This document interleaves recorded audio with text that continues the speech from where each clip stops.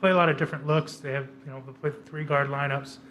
In the fourth, they had Looney and Draymond out there together. I was wondering if you could describe a little bit how different it is defensively when they play 2 bigs versus when they go smaller and more shooting on the floor. I mean, at the end of the day, it's basketball. Got to make adjustments, read the game. They play 2 bigs. Looney and Draymond has been effective for them most of the playoffs. Looney dominated the offensive glass tonight.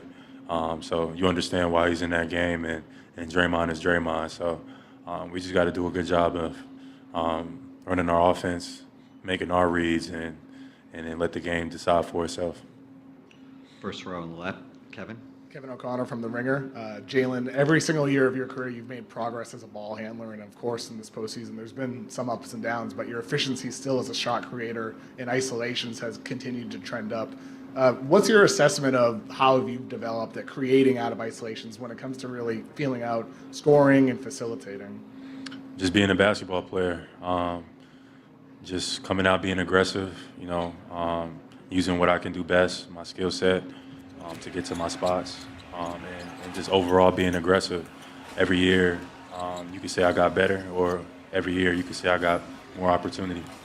You can look at it both ways. So for me, I just come out and just play my role and do what I need to do to help my team win. Second row on the left. Melissa Rowland, Fox Sports. When Ime was asked about tonight's win, he brought up the word resiliency. He said, that's been the theme for you guys all season long. What makes you guys so resilient? Just the guys in that locker room. We battle tested. We've been through a lot. We've been through a lot of experience, a lot of losses. So we know what it takes to win. So I give credit to every guy in that locker room from top to bottom.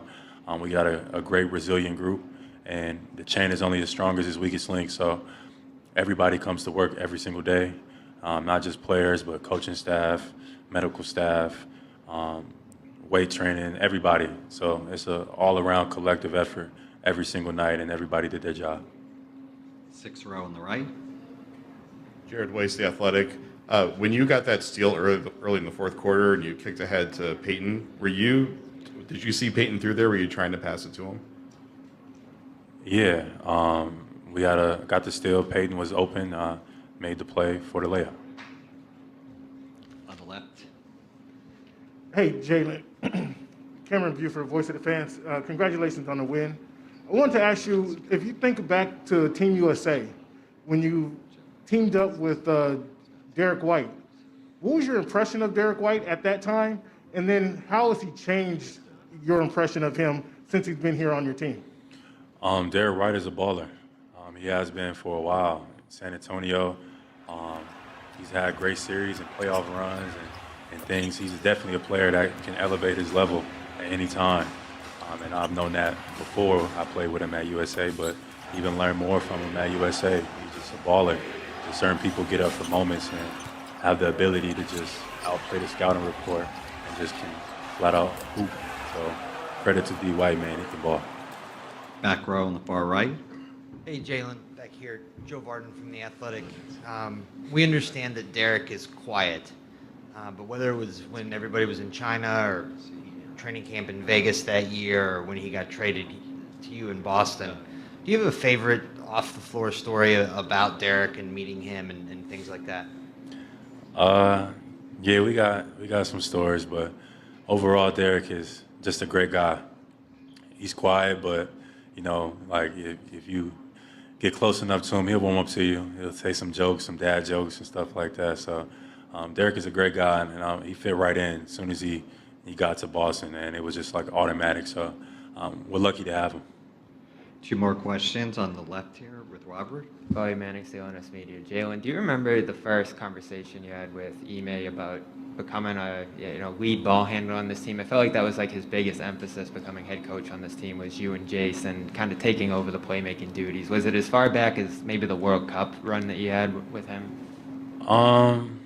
Maybe not as far back as that, but definitely since Ime has been here, he's wanted to put the ball in my hands more so than any other point in my career, and I've made leaps just by getting that experience and things like that. And sometimes I make the wrong read. I'm human. I make mistakes, but I feel like if you put the ball in my hands more often than not, I'm gonna put ourselves in a good position to win. And tonight I got going in the fourth quarter, and I made some really great reads, and we was able to go on a run and helped us come back to win the game. Last question, fourth row on the right, Tim Bontemps. Tim Bontemps from ESPN. Two things quick, Jaylen. First, you guys have talked a lot all year about being resilient. You said after Game 6 in Boston, you were going to go to Miami and win in Game 7. What was kind of the feeling of you guys after that third quarter when you struggled again in terms of turning that around in the fourth quarter? Yeah, I mean, we talked about it at halftime. We knew they were going to come out in the third quarter, and they did. They came out great. But in those moments, you know, once you realize that you allowed somebody to do something that you didn't want them to, once you realize that either you can go two ways, you can let it snowball, or you can, you know, play to the next play and figure things out. And we just kept playing. We just kept figuring it out. We kept playing basketball, and we found a way to win.